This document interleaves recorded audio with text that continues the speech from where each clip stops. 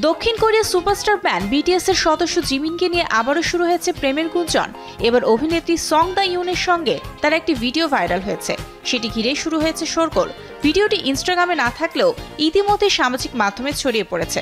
BTS ভক্তরা ক্ষুব্ধ প্রতিক্রিয়া জানাচ্ছেন এটি নিয়ে। ভিডিওটি আগে টিকটকে পোস্ট করা হয়েছিল। এতে দেখা যায় এক নারী এলিভেটরের সামনে দাঁড়িয়ে আছেন, কেউ একজন এলিভেটর থেকে নামছেন, তাকে দেখে যেন কিছুটা চমকে যান সেই ব্যক্তি। ভিডিওতে দেখা সেই পুরুষের মুখ দেখা না গেলেও মাস্ক পরা থাকায় নিশ্চিতভাবে বলা যাচ্ছে না যে তিনি জিমিনি, তবে ওই নারীটি অভিনেত্রী সং দা ইউন বলেই মনে করা হচ্ছে। দৃশ্যটি সম্ভবত জিমিনের সিউলের বাড়িতে ধারণ করা হয়েছে।